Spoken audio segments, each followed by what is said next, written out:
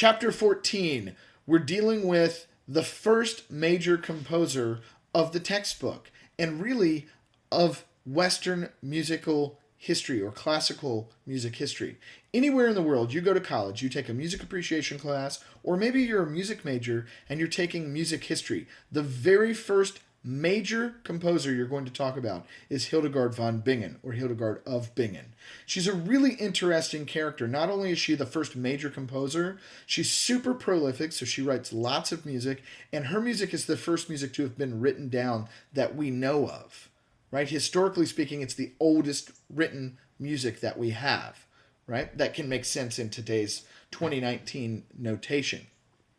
She also was devoutly religious. As you'll see through this section, if women wanted to be involved in music, the only way they could do that was really to be a nun and be part of a convent. And so Hildegard von Bingen, that was what her life was. She wrote a lot of music specifically to the Virgin Mary, the mother of Jesus, as you should know. And what's also interesting about Hildegard is she's a woman, which is huge, but also she's a mystic. And what that means is she's incredibly devout in her spirituality, in her relationship with God, that she actually experiences visions, right? Just like a prophet, in her case, a prophetess, right?